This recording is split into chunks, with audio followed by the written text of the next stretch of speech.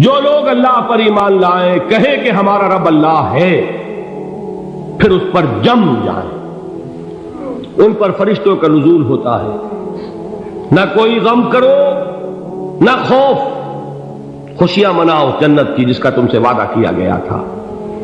اللہ کی ربوبیت پر اطمینان جب انسان کو ہو جاتا، میرا رب اللہ ہے، ربی اللہ، انسان کے لیے نہ کوئی کھٹکا، نہ کوئی خطرہ، نہ کوئی خوف، نہ کوئی حزن۔ جو کچھ ہو رہا ہے کس کے اذن سے ہو رہا ہے؟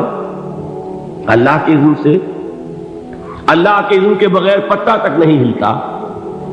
یہ کوئی اندھا بہرا مادہ نہیں ہے جس سے مجھے کوئی خوف ہو۔ اندھا بھینسا چلا آ رہا ہو اس سے تو ڈرنے کا ہر انسان کو ڈرنا چاہیے، نہ معلوم کس کو ٹکر مار دے، لیکن نہیں، اس کائنات کو چلانے والا ایک سمیع و بصیر خدا ہے۔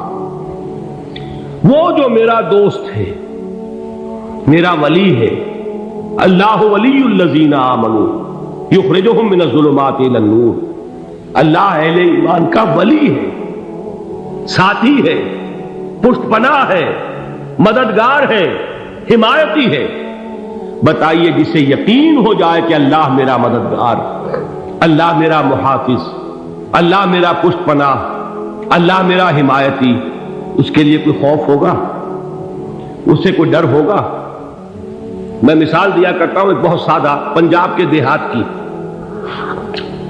تو بڑا چودھری ہے اور کوئی غریب کسان ہے، اس غریب کسان کے جانوروں کو ہر وقت اندیشہ ہوگا چوری کا، کوئی میری بھینس کھول کر نہ لے جائے، کوئی میرا بیل کھول کر نہ لے جائے۔ لیکن جس کے بارے میں یہ سب کو معلوم ہو کہ وہ جو بڑا چودھری ہے وہ اس کا دوست ہے، اس کی بچیا کو کوئی خوف ہوگا؟ اس کی بھینس پر کوئی ہاتھ ڈالے گا؟ اسے کوئی اندیشہ ہوگا؟ نہیں۔ کیوں؟ کہ وہ بڑا چودھری، بڑا اس کا یہاں کا سردار، جاگیردار، سب کو معلوم ہے وہ میرا دوست ہے، کوئی میرے خلاف اقدام نہیں کر سکتا۔ اس دنیا میں یہ چھوٹی سی بات اگر آپ کے دلی اطمینان اور سکون کا باعث بن سکتی ہے تو ذرا تصور کیجئے۔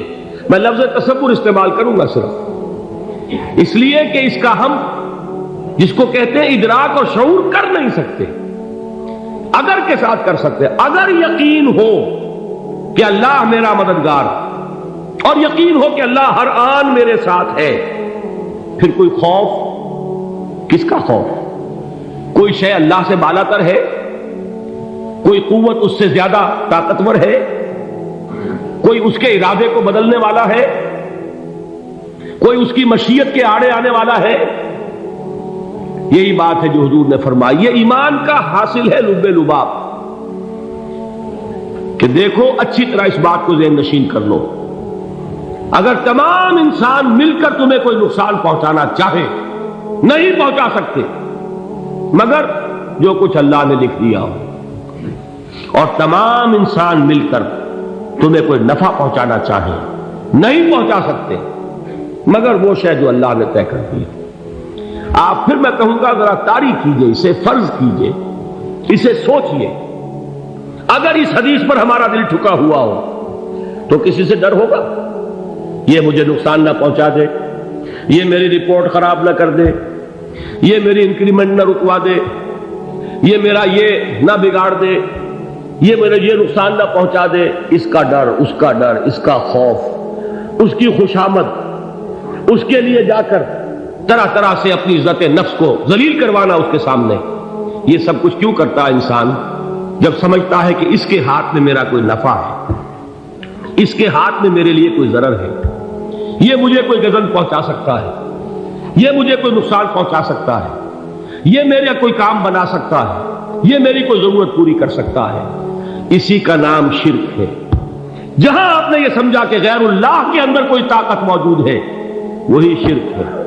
بتوں سے تجھ کو امید ہے، خدا سے نو امیدی، مجھے بتا تو صحیح اور کافری کیا ہے؟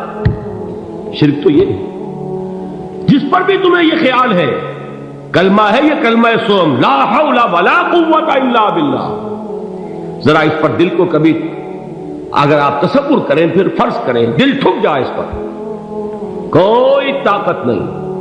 یہی بات تھی جو شیخ عبد القادر جیلانی رحمۃ اللہ علیہ نے اپنی وصیت میں اپنے بچے سے کہی. 11ویں دینے والے ہیں، لیکن حضرت شیخ عبد القادر جیلانی کی وصیت اور تعلیمات کو کتنے لوگ ہیں تم جانتے ہو؟ یہ جن مقامات تک پہنچے ہیں وہ کس چیز کی بدولت پہنچے؟ انہوں نے جو پیغام دیا وہ کیا تھا؟ اے میرے بچے، جس طریقے سے قرآن مجید میں حضرت لقمان کی نصیحتیں جو ہے نقل کر دی گئی ہیں، میں یہ عرض کروں گا بالفرض اگر قرآن حضرت عبد القادر جیلانی کے بعد نازل ہوا ہوتا تو شیخ عبد القادر کی یہ نصیحتیں بھی قرآن میں درج ہوتی. اتنی اونچی نصیحتیں ہیں. اے میرے بچے، اس حقیقت کو ذہن نشین کر لے، لا فاعل فی الحقیقت ولا مؤثر الا اللہ. اس کائنات میں نہ کوئی فاعل حقیقی ہے نہ مؤثر حقیقی ہے سوائے اللہ. کسی شے میں کوئی تاثیر نہیں اگر اللہ نہ چاہے. آگ جلا نہیں سکتی اگر اللہ نہ چاہے. پانی ڈبو نہیں سکتا اگر اللہ نہ چاہے. زہر ہلاک نہیں کر سکتا اگر اللہ نہ چاہے. کوئی چیز فائدہ نہیں پہنچا سکتی اگر اللہ نہ چاہے. تو در در پہ کیوں سر جھکاتے ہو؟ در در پر کیوں جبیں سائی کرتے ہو؟ سب کے سامنے کیوں ہاتھ پھیلاتے ہو؟ ایک اللہ سے مانگو، ایک اللہ کے سامنے زمین پر اپنی جبین رکھو. لا فاعل فی الحقیقت ولا مؤثر الا اللہ. نظر آتا ہے ہمیں کہ پانی پیاس بجھا دیتا ہے. پیاس بجھانے کی صلاحیت پانی میں نہیں ہے، اللہ کے اذن سے. کھانا بھوک مٹا دیتا ہے. بھوک مٹانے کی صلاحیت کھانے میں نہیں ہے، اذن رب میں. دیکھیے یہی یقین تھا. حضرت موسیٰ علیہ السلام کا واقعہ یاد کیجئے. سامنے سمندر آ گیا ہے، قوم دیکھتی ہے پیچھے کہ گرد و غبار کا طوفان. معلوم ہوا کہ فرعون اپنے لشکر سمیت آ گیا. لشکر جب چلتا تھا تیز رفتاری کے ساتھ تو گرد و غبار کا جو طوفان اٹھتا تھا اس کا تصور کیجیے. اور لمحہ بلمحہ وہ قریب آ رہا ہے. پوری قوم نے کیا کہا؟ اے موسیٰ انا لمدرکون، اے موسیٰ ہم کو پکڑے گئے. قرآن مجید میں تو یہاں وہ باتیں نہیں لکھی ہیں، لیکن تورات میں یہ درج ہے کہ بنی اسرائیل جھگڑنے لگے، دست و گریبان ہو گئے موسیٰ کے ساتھ. موسیٰ نے یہاں مروایا لا کر، اس سے تو ہم ہی بہتر تھے. وہاں کھانے کو ملتا تھا، زندگی تو تھی، بیگار ہم کر رہے تھے، موت تو نہیں تھی. اب جو کچھ ہوگا اس کا تصور کرو، جس طریقے سے ہمارے ٹکڑے اڑائے جائیں گے. تو لڑ رہے ہیں حضرت موسیٰ علیہ السلام سے. یہ تورات کی تفصیل ہے. قرآن میں صرف اتنا آیا ہے، پریشان ہو کر انہوں نے کہا انا لمدرکون، موسیٰ ہم کو پکڑے گئے. اس وقت موسیٰ کا جواب کیا ہے؟ کلا ان معی ربی سیہدین. نہیں، میرے ساتھ میرا رب ہے، وہ راستہ دے گا. بتائیے کہاں راستہ نظر آ رہا ہے؟ یہ ہے ایمان بالغیب. راستہ نظر نہ آئے تب اللہ پر یقین ایمان ہے. جیب میں پیسے ہوں اور تب دل کو اطمینان ہے تو ایمان کس پر ہوا؟ پیسے پر، اللہ پر نہیں. جب وسائل و ذرائع نہ ہو اور پھر یقین ہو کہ اللہ مسبب الاسباب ہے، وہ اسباب کا پابند نہیں ہے، وہ اسباب کا محتاج نہیں ہے، اسباب اس کے محتاج ہے. اگر یہ یقین ہے تو اللہ پر ایمان ہے.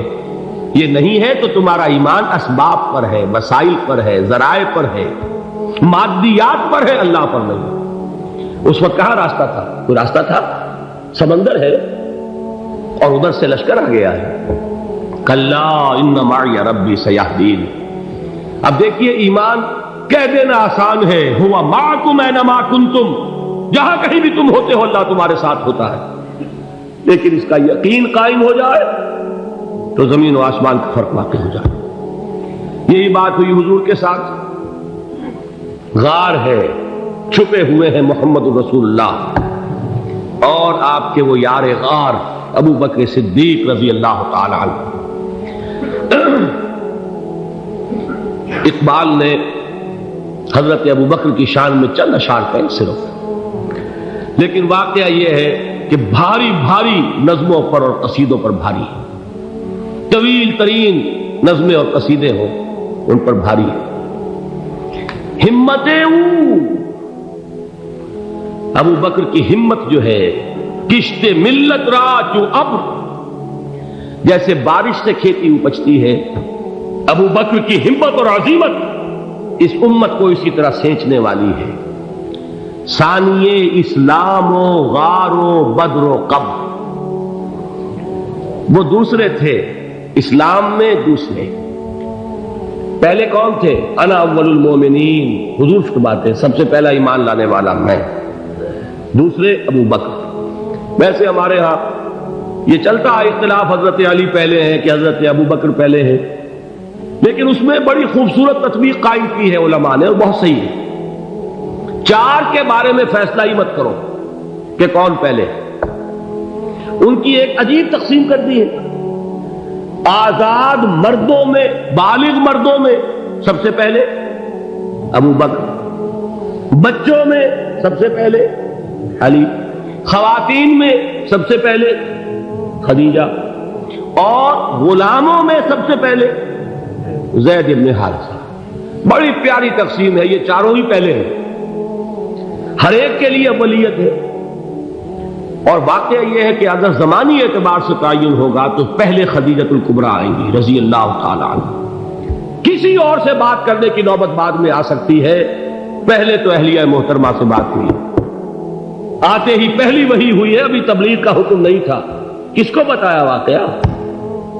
ابھی اپنی نبوت کی تبلیغ کا تو حکم ہی نہیں آیا، واقعہ کس کا ہے؟ وہ خدیجہ کا ہے۔ جب کہا ہے کہ خشیت علی نفسی، مجھے اپنی جان کا اندیشہ ہے، تو کیا جواب دیا خدیجہ نے رضی اللہ تعالی عنہا؟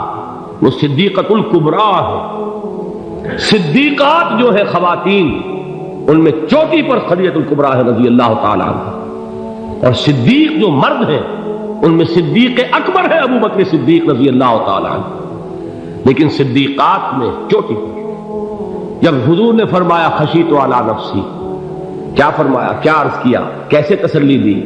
نہیں نہیں، اللہ آپ کو ضائع نہیں کرے گا، آپ غریبوں کے ہمدرد ہیں، آپ مساکین کے تکالیف رفع کرنے والے ہیں، آپ بیواؤں کی سرپرستی کرتے ہیں، آپ مسافروں کی خدمت کرتے ہیں، اللہ آپ کو ضائع نہیں کرے گا۔ یہ یقین ہے اس خاتون کے اندر۔ خیر وہ ایک علیحدہ بات ہو جائے گی۔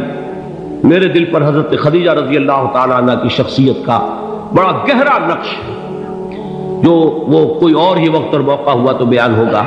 بہرحال اقبال نے ایک مصرے میں جو چار اولیتیں جمع کر دی ہیں، ہمت او کشت امت را چو ابر، ثانی اسلام و غار و بدر و قبر۔ اسلام میں حضور کے بعد پہلے کون؟ ابو بکر۔ غار میں حضور کے ساتھ کون؟ ابو بکر۔ بدر کی رات اللہ کا رسول سر بسجود، وہ جھاڑ، وہ گھاس پھوس کی جو جھوپڑی بنائی گئی تھی، اور وہاں تلوار ننگی لے کر پہرا دینے والا کون؟ ابو بکر۔ اور اس حجرہ عائشہ میں محمد کے بعد سب سے پہلے دفن ہونے والا کون؟ ابو بکر رضی اللہ تعالی عنہ صلی اللہ علیہ وسلم۔ وہ جو معاملہ میں سنا رہا تھا غار ثور کا، حضرت ابو بکر بھی حضور کے خیال سے لرز گئے ہیں۔ آپ کو یاد ہوگا کہ جا کر پہلے تمام جتنے سوراخ تھے انہیں بند کیا ہے، ایک سوراخ رہ گیا تھا جس کو بند کرنے کے لیے کوئی کپڑا نہیں تھا، وہاں اپنی ایڑی رکھی ہے، تب کہا ہے حضور سے تشریف لائیے، اور اپنے زانو پر حضور کو لٹایا ہے، اور وہاں کسی موذی جانور نے کاٹا ہے، حضور کی آنکھ لگ گئی تھی، اس وقت اس بل کے اندر جو بھی بچھو ہے کیا ہے واللہ عالم، اس نے کاٹا ہے، اس کی تکلیف کی وجہ سے ابو بکر کی آنکھوں سے آنسو ٹپک گئے، حضور کے چہرے مبارک پر پڑے ہیں، تو حضور جاگے ہیں، معاملہ کیا ہے؟ ایڑی نہیں ہٹائی وہاں سے، مبادا وہ جانور وہاں سے نکل کر محمد الرسول اللہ کو کوئی گزن پہنچا دے، ابو بکر کی ایڑی ہے، جس طرح چاہے کھا لے، ختم کر دے، جان نکل جائے تب کوئی آنچ آئے، محمد پر تو آئے، لیکن جیتے جی نہیں۔ وہ ہے ابو بکر حضور کے خیال سے۔ اس وقت حضور نے پھر اپنا لعاب دہن لگایا ہے، اور اس سے پھر آپ کی تکلیف ختم ہوئی۔ جیسے خیبر میں حضرت علی کی آنکھ دکھ رہی تھی، اس کو جو شفا حاصل ہوئی ہے وہ بھی حضور کے لعاب دہن سے ہوئی۔ تو بہرحال اس وقت انہوں نے کہا ہے کہ اے نبی یا رسول اللہ، اگر اس وقت ان میں سے کسی نے غیر ارادی طور پر بھی اپنے قدموں کی طرف جھانک لیا تو پکڑے جائیں۔ کیا جواب تھا اللہ کے رسول کا؟ لا تحزن ان اللہ معنا، اللہ ہمارے ساتھ ہے، کیوں گھبراتے ہو ابو بکر؟ یہ ہے ایمان باللہ، میرا مالک اللہ، میرا رازق اللہ، میرا محافظ اللہ، میرا مددگار اللہ، میرا پشت پناہ اللہ، میرا دوست اللہ۔ یہ دوستی ہے اللہ کی جو لب لباب ہے، حاصل ہے ایمان کا، اسی کا نام ولایت ہے۔ اولیاء اللہ کے سروں پر سینگ نہیں ہوتے، جس کے دل میں ایمان راسخ ہو چکا ہو وہی اللہ کا ولی ہے، جسے اللہ پر یقین ہو چکا ہے وہی اللہ کا ولی ہے، جسے یقین ہے اللہ میرے ساتھ ہے، میرا مددگار، میرا پشت پناہ، میرا ساتھی، میرا دوست، میرا محبوب، میرا محب۔ اللہ اہل ایمان سے محبت کرتا ہے۔ واللہ یحب الصادقین، ان اللہ یحب الذین یقاتلون فی سبیلہ صفا کانہم بنیان مرصوص۔ اللہ محبت کرنے والا، اہل ایمان محبوب، اور اہل ایمان محبت کرنے والے اللہ محبوب۔ والذین آمنوا اشد حبا للہ۔ آپ تصور کیجئے جسے یہ رشتہ ایمان یا رشتہ ولایت حاصل ہو جائے، الا ان اولیاء اللہ لا خوف علیہم ولا هم یحزنون، آگاہ ہو جاؤ، اللہ کے دوستوں کے لیے نہ کوئی خوف ہے نہ کوئی حزن ہے۔